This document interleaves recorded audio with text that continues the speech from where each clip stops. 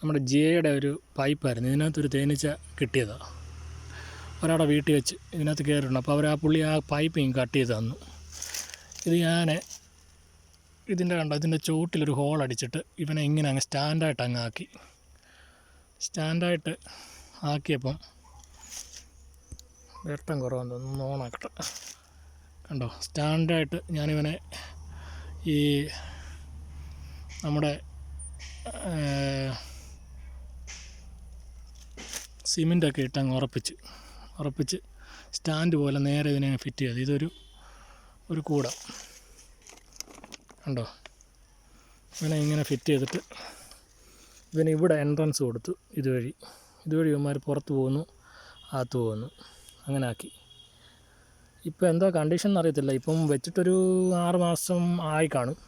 ഇപ്പോൾ ഇതിൻ്റെ ഫ്രണ്ടൊക്കെ കണ്ടോ, നല്ല അടിപൊളിയായിട്ട് ഈച്ച കയറി ഇറങ്ങുകയും ചെയ്യുന്നുണ്ട്.